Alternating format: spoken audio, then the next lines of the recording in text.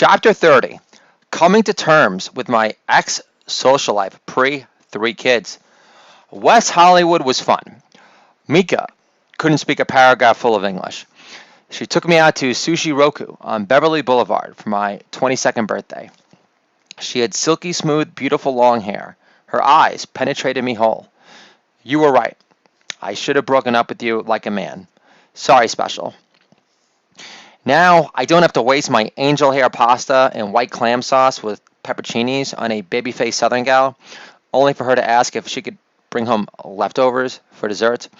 I had to endure my friend JT's tasteless Nazi jokes, but he was half my size, and I knew he was a jealous Gentile because of my chosen curls and Vince Vaughn aura. He did call me a social genius, though. Miss you, pal. Dirt on Netflix was awesome. Would have loved to have been in the same room with you when they played on with the show at the end. My old roommate Dan was right. I did puff the ganja in excess for my lack of buds nearby. Jacob, my dealer, was the best. Always made him laugh. And I wasn't very funny back then either. Totally blanking on how I met him. I'm so lucky. Erica pushed me to write, create, and stretch my imagination. She bought us tickets for a taping of Friends for my birthday. She pointed out a writer talking to Ross between takes and says, "That can be you. You made me believe I could be a big-time writer one day, despite never reading The Invisible Man or any Shakespeare after high school. I love your sisters for loving you whole. Memories of making Dana laugh and your mom smile, which was easier said than done, fill me with tingly cheer. We became all work, with little money to play.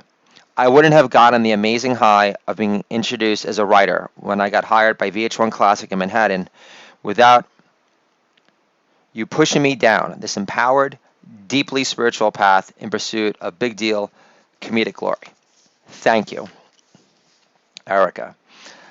I loved living with my roommate Jay in Sherman Oaks. We went tripping on mushrooms when I got fired from my first and only bartender job I had in a fancy 4-star French restaurant in West Hollywood on La Brea after months of searching everywhere in town. He bought me a Knicks warm-up gear jacket for my birthday.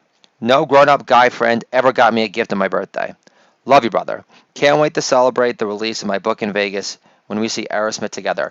Top priority of the summer. Lizette was statuesque and pretty. Looked like a Latino Terry Hatcher. She paid her way through law school. Loved my poetry. Made her cry when I graded her blowjob once. Sorry, babe. You were perfect. I did sing karaoke every Friday with my roommate Jay. I met Leslie from the Valley. She sold porn DVDs for a living, which is Paul Thomas Anderson material I've done goonish with. She got a personal trainer and shamed my flabby, non-existent calf muscles at the time. You were great, babe. I auditioned for the reality show Blind Date in the same room as Disco Dan. Got on the show, too. All I got from it was a free meal and herpes. It was hard to top my summer wind, summer lamb. She was such a sweet, fun-loving, beautiful girl. Her plan for us? Move to Santa Barbara.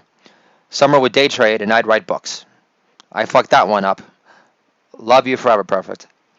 I do shotguns of weed with Summer on my Hermosa Beach pad.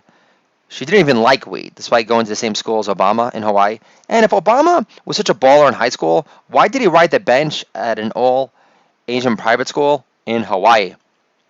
Erica's dad in Westwood constantly had a keg of Sierra Nevada pale ale on tap. Fuck. Now I have to be happy with my father-in-law's leftover brown ale from Maine 2.5 years ago. Leslie had issues compared to me. Still, she did look like a shorter Lorraine Bracco to me, and her dad's house in Malibu was sick. Doesn't make up for her terrorizing me at work, almost getting me arrested for fake news assault charges, and the restraining order which followed. Thank God I saved those voicemails to play for the cops when I was in handcuffs to document your crazed hate speech about me at the time, pre-fake news. My first year of doing open mics in LA was humbling. I fumble an opener joke about Ryan Artest. My saver and only laugh, I love black guys because they don't discriminate against pussy.